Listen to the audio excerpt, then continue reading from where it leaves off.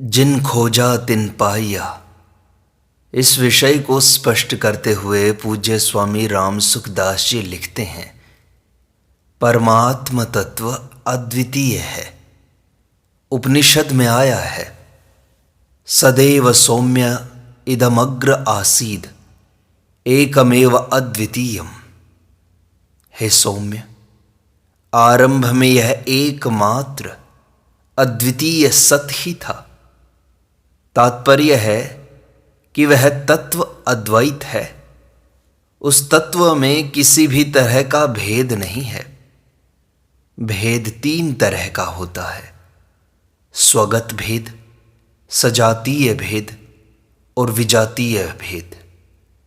जैसे एक शरीर में भी पैर अलग हैं, हाथ अलग हैं, पेट अलग है, सिर अलग है, यह स्वगत भेद है। वृक्ष वृक्ष में कई भेद हैं, गाय गाय में अनेक भेद हैं, यह सजातीय भेद है। वृक्ष अलग हैं और गाय भैंस भेड़ इत्यादि पशु अलग हैं, यह स्थावर और जंगम का भेद है, विजातीय भेद है। परमात्म तत्व ऐसा है कि उसमें न स्वगत भेद है, न सजातीय भेद है और न विजातीय भेद है। परमात्म तत्व में कोई अवयव नहीं है, इसलिए उसमें स्वगत भेद नहीं है। जीव भिन्न भिन्न होने पर भी स्वरूप से एक ही हैं, अतः उसमें सजातीय भेद भी नहीं है। उस तत्व के सिवाय दूसरी सत्ता है ही नहीं, इसलिए उसमें विजातीय भेद भी नहीं है। वह परमात्म तत्व सत्ता रूप से एक ही है। जैसे समुद्र में तरंगें उठती हैं, बुदबुद पैदा होते हैं, ज्वार भाटा आता है, पर यह सब का सब जल ही तो है। इस जल से भाप निकलती है, वह भाप बादल बन जाती है, बादलों से फिर वर्षा होती है। कभी ओले बरसते हैं, वर्षा का जल बह करके सरोवर नदी नाले में चला जाता है, नदी समुद्र में मिल जाती है। इस प्रकार एक ही जल कभी समुद्र रूप से, कभी भाप रूप से, कभी बादल रूप से, कभी बूंद रूप से, कभी ओला रूप से, कभी नदी रूप से, कभी आकाश में परमाणु रूप से हो जाता है। समुद्र, भाप, बादल, वर्षा, बर्फ, नदी इत्यादि में फर्क दिखाई देता है, पर जल तत्व में कोई फर्क नहीं है।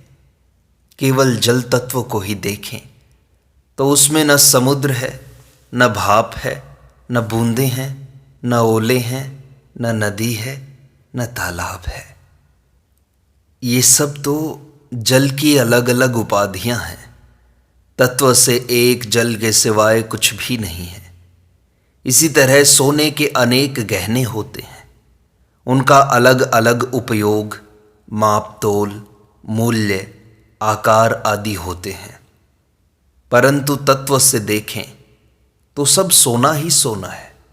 पहले भी सोना था, अंत में भी सोना रहेगा, और बीच में अनेक रूप से दिखाई देने पर भी सोना ही है। मिट्टी से घड़ा, हांडी, ढक्कन, सकोरा इत्यादि कई चीज़ें बनती हैं। उन चीज़ों का अलग अलग नाम, रूप, उपयोग आदि होता है। परंतु तत्व से देखें तो उनमें एक मिट्टी के सिवाय कुछ भी नहीं है। पहले भी मिट्टी था, अंत में भी मिट्टी रहेगी, और बीच में अनेक रूप से दिखाई देने पर भी मिट्टी ही है। इसी प्रकार पहले भी परमात्मा थे, बाद में भी वे रहेंगे, और बीच में संसार रूप से अनेक दिखाई देने पर भी तत्व से परमात्मा ही है। वासुदेवा सर्वम। यह संसार दिखाई देता है, इसमें अलग अलग शरीर हैं, स्थूल, सूक्ष्म और कारण। ये तीन शरीर हैं। कोई स्थिर रहने वाला शरीर है, कोई चलने फिरने वाला शरीर है। स्थिर रहने वालों में कोई पीपल का वृक्ष है, कोई नीम का वृक्ष है, कोई आम का वृक्ष है, कोई करील का वृक्ष है। तरह तरह के पौधे हैं, घास हैं। चलने फिरने वालों में कई तरह के पशु पक्षी, मनुष्य आदि हैं। ये सभी पृथ्वी पर हैं। पृथ्वी, जल, तेज, वायु, आकाश, ये पंच महाभूत हैं। इनसे आगे समष्टि अहंकार है, फिर समष्टि बुद्धि है। महत्तत्व के बाद फिर मूल प्रकृति है। ये सब मिलकर संसार है। संसार के आदि में भी परमात्मा है, अंत में भी परमात्मा है, और बीच में अनेक रूप से दिखाई देते हुए भी तत्व से परमात्मा ही है। फिर एक साधक ने स्वामी जी से पूछा, स्वामी जी, परमात्म तत्व का स्वरूप क्या है? तब स्वामी जी ने कहा, परमात्म तत्व का स्वरूप है सत्ता मात्र। वह सब देश में, सब काल में, संपूर्ण वस्तुओं में, संपूर्ण व्यक्तियों में, संपूर्ण अवस्थाओं में, संपूर्ण घटनाओं में, संपूर्ण परिस्थिति में, संपूर्ण क्रियाओं में है। इस प्रकार वह सत्ता रूप से विद्यमान है। उस चिन्मय ज्ञान स्वरूप सत्ता में मैं, तू, यह, वह, इनका भेद नहीं है। वह इन सबसे अतीत तत्व है। ये सब तो उसके भीतर की गई कल्पनाएं मात्र हैं।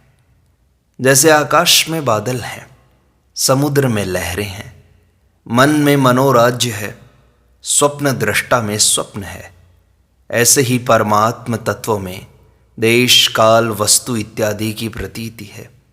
वह तत्व संपूर्ण प्रतीतियों का आश्रय, आधार और प्रकाशक है। उसके अंतर्गत अनंत ब्रह्मांड उत्पन्न और लीन होते रहते हैं, पर वह ज्यों का त्यों रहता है।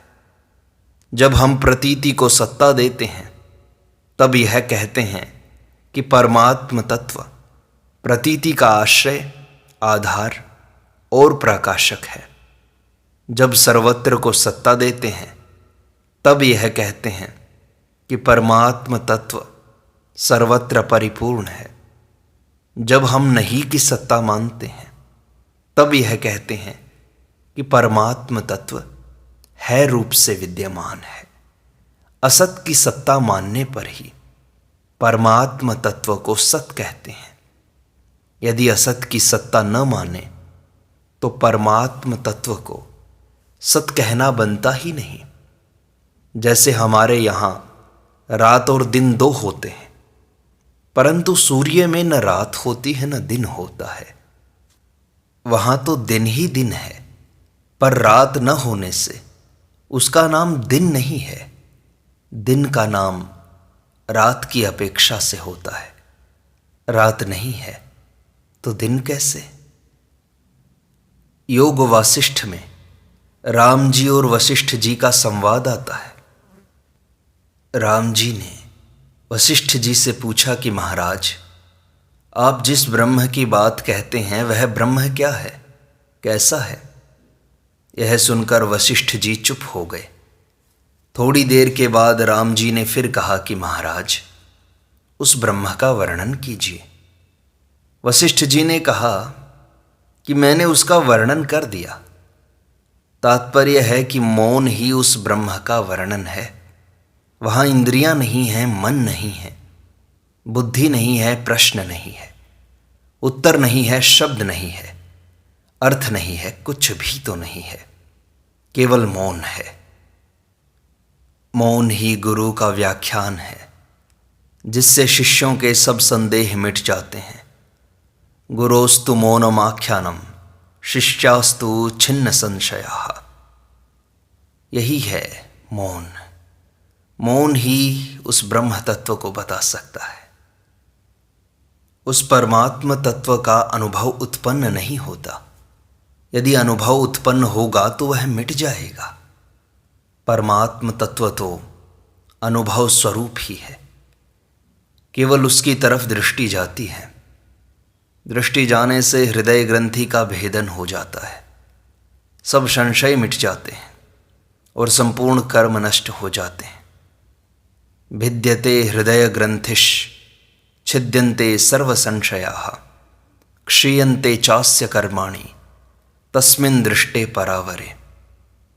मैं हूँ, यह हृदय ग्रंथि है की तरफ दृष्टि हो जाने से न मैं रहता है और न ही हूँ रहता है, अर्थात हृदय ग्रंथि का भेदन हो जाता है।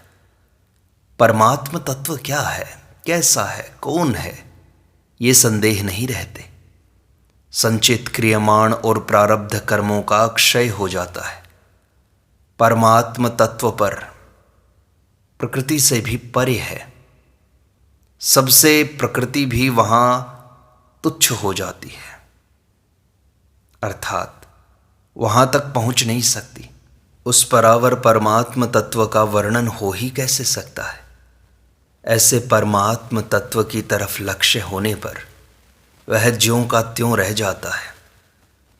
परमात्म तत्व के लिए कुछ भी कहें, सुने, पढ़ें, विचार करें, चिंतन करें, वह दूसरे की कुछ न कुछ सत्ता मानने से ही होगा। वास्तव में उसका वर्णन, विचार, चिंतन, संकेत कुछ भी नहीं हो सकता।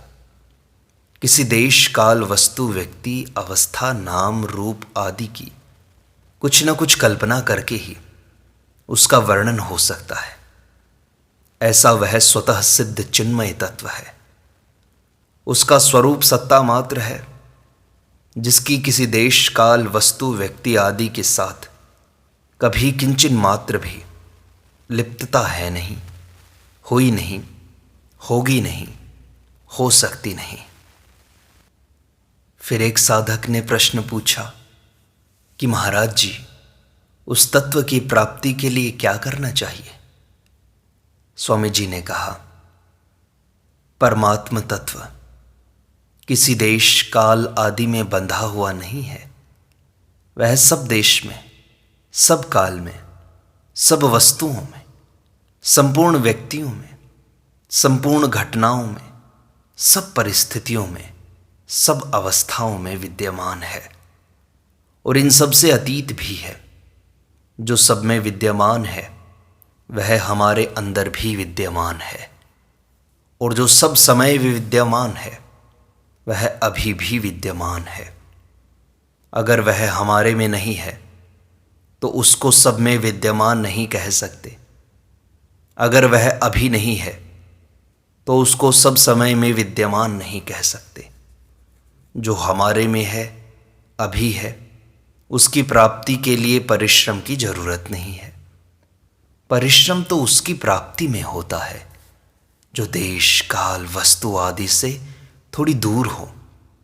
अतः हम परिश्रम करेंगे, उद्योग करेंगे, पुरुषार्थ करेंगे, क्रिया करेंगे, तब उस तत्व की प्राप्ति होगी, ऐसी बात नहीं है। क्रिया करने से तो हम उससे दूर होंगे, क्योंकि क्रिया प्रकृति में होती है और प्रकृति सत नहीं है। प्रकृति से तो हमारा निरंतर संबंध विच्छेद हो रहा है। कोई भी अवस्था निरंतर नहीं रहती, परंतु सत तत्व से किसी का भी संबंध विच्छेद कभी हुआ नहीं, होगा नहीं, हो सकता नहीं। फिर उसके लिए किसी परिश्रम की क्या आवश्यकता है। जो मिटता है वह असत है। जो असत है उसका हमारे से स्वतः संबंध विच्छेद है। देखो, संकल्प पहले नहीं था, बाद में पैदा हो गया और फिर मिट जाएगा। संकल्प का होना भी मिटने में है और मिटना भी मिटने में है। मिटने के प्रवाह को ही होना कहते हैं, मरने के प्रवाह को ही जीना कहते हैं। अतः जो संकल्प अपने आप होता है उसकी उपेक्षा कर दें। उसको न अच्छा समझें, न बुरा समझें, न अपना समझें, न दूसरे का समझें। वह बना रहे, यह भावना भी न करें। वह मिट जाए, यह भावना भी न करें। यही जीवन मुक्त अवस्था है। गीता में आया है, प्रकाशम च प्रवृत्तिम च मोहम एव च पांडव न द्वेष्टि संप्रवृत्तानि न निवृत्तानि कांक्षति। हे पांडव, प्रकाश, प्रवृत्ति तथा मोह ये सभी अच्छी तरह से प्रवृत्त हो जाएं तो भी गुणातीत मनुष्य ये क्यों आ गए ऐसे इनसे द्वेष नहीं करता, और ये सभी निवृत्त हो जाएं, हट जाएं तो इनके आने की इच्छा नहीं करता। मन में कोई भाव आ गया तो वह जाएगा, यह नियम है। जो उत्पन्न हुआ है वह मरेगा, यह नियम है। जाते हुए को हम भूल से आया हुआ मान लेते हैं, वास्तव में वह आया नहीं है अपितु जा रहा है, उत्पन्न नहीं है अपितु मर रहा है। जो जा रहा है, मर रहा है, उसके लिए क्या हर्ष और क्या शोक, क्या राजी क्या नाराजी। जो जा रहा है उसकी तरफ दृष्टि न डालें। सात्विक वृत्ति आई या राजसी वृत्ति आई या तामसी वृत्ति आई, संयोग हुआ या वियोग हुआ, आया या गया, कुछ न देखें। वास्तव में न कुछ आया है न गया है, न उत्पन्न हुआ है न नष्ट हुआ है। प्रत्युत गुण ही गुणों में वरत रहे हैं। अपना उससे कुछ प्रयोजन नहीं, कुछ लेन देन नहीं। इस प्रकार तटस्थ रहकर चुप शांत हो जाएं तो हमारी स्थिति स्वतः तत्व में रहेगी। तत्व में स्वतः स्वाभाविक स्थिति का नाम ही जीवन मुक्ति है, कल्याण है, उद्धार है। अब परमात्मा प्राप्ति के साधन बतलाते हैं। परमात्मा तत्व की प्राप्ति के दो साधन हैं, पहला क्रिया प्रधान और दूसरा विवेक प्रधान। क्रिया प्रधान साधन में अभ्यास की मुख्यता होती है और विवेक प्रधान साधन में विवेचन की मुख्यता होती है। इन दोनों में किसी भी साधन को करें, अंत में विवेक की मुख्यता से ही परमात्म तत्व की प्राप्ति होगी। कारण कि क्रिया का तो आदि और अंत होता है, पर विवेक का आदि और अंत नहीं होता। अतः परिणाम में क्रिया का तो अंत हो जाता है और विवेक तत्वबोध में परिणत हो जाता है। विवेक का स्वरूप है गहरा विचार करना कि तत्व क्या है। विचार करने से जो अतत्व है उसकी निवृत्ति हो जाती है। अतत्व की निवृत्ति होने पर तत्व ज्यों का त्यों शेष रह जाता है, अनुभव में आ जाता है।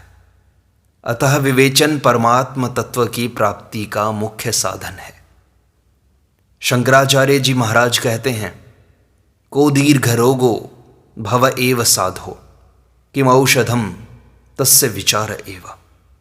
दीर्घ रोग क्या है हे साधो? संसार में आना ही दीर्घ रोग है। उसकी दवा क्या है? विचार ही उसकी दवा है। कारण कि अविचार से ही बंधन हुआ है। विचार दो तरह का होता है, एक विचार करना होता है और एक विचार उदय होता है। जो विचार किया जाता है उसमें तो क्रिया है, परंतु जो विचार उदय होता है उसमें क्रिया नहीं है। विचार करने में तो बुद्धि की प्रधानता रहती है, पर विचार उदय होने पर बुद्धि से संबंध विच्छेद हो जाता है।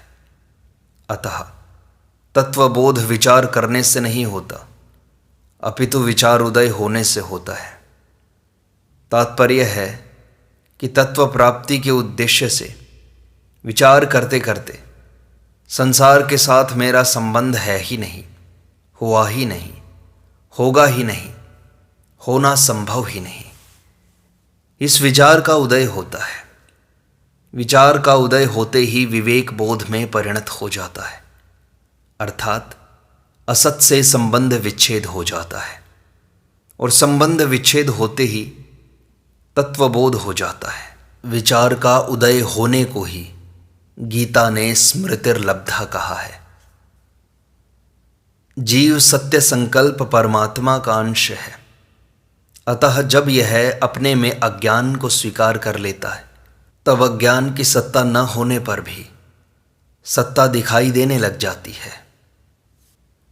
इसलिए अज्ञान का नाश एक ही बार होता है और सदा के लिए हो जाता है।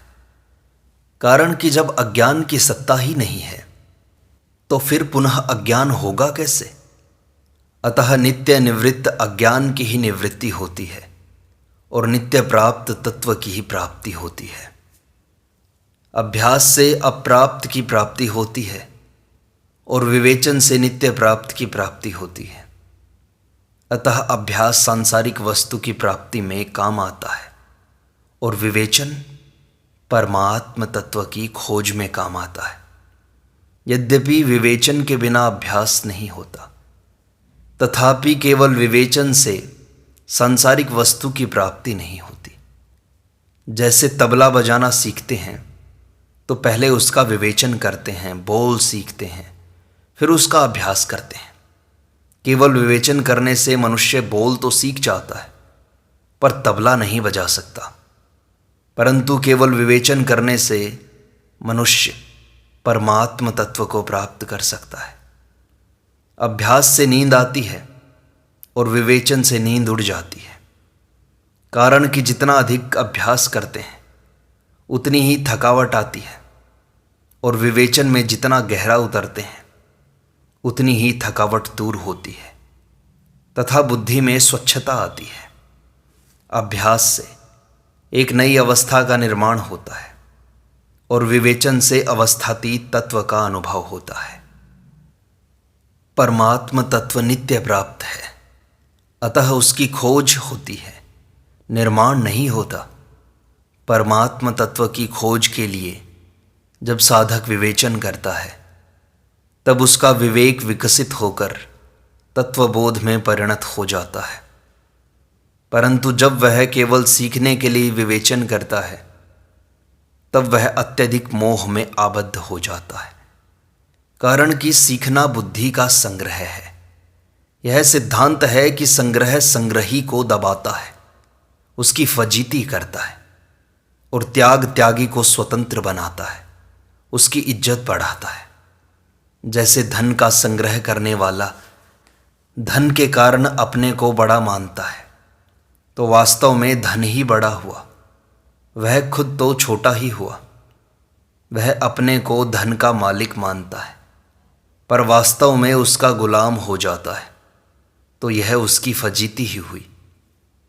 तात्पर्य है कि संग्रह में जड़ की मुख्यता होती है और त्याग में चेतन की मुख्यता होती है। अतः संग्रह करने से स्वयं दब जाता है तथा जड़ता आ जाती है और अनुभव से संग्रह दब जाता है तथा चेतनता आ जाती है। संग्रह कितना ही क्यों न हो सीमित ही होता है, पर त्याग सदा असीम होता है। सीमित वस्तु से सीमित संसार की प्राप्ति होती है और असीम वस्तु से असीम परमात्म तत्व की प्राप्ति होती है। अतः साधक को परमात्म तत्व की खोज के लिए विवेचन करना चाहिए, बुद्धि के संग्रह के लिए अर्थात सीखने के लिए नहीं। इसलिए संतों ने कहा है, जिन खोजा तिन पाइया गहरे पानी पैठ, मैं बोरी डूबन डरी रही किनारे बैठ।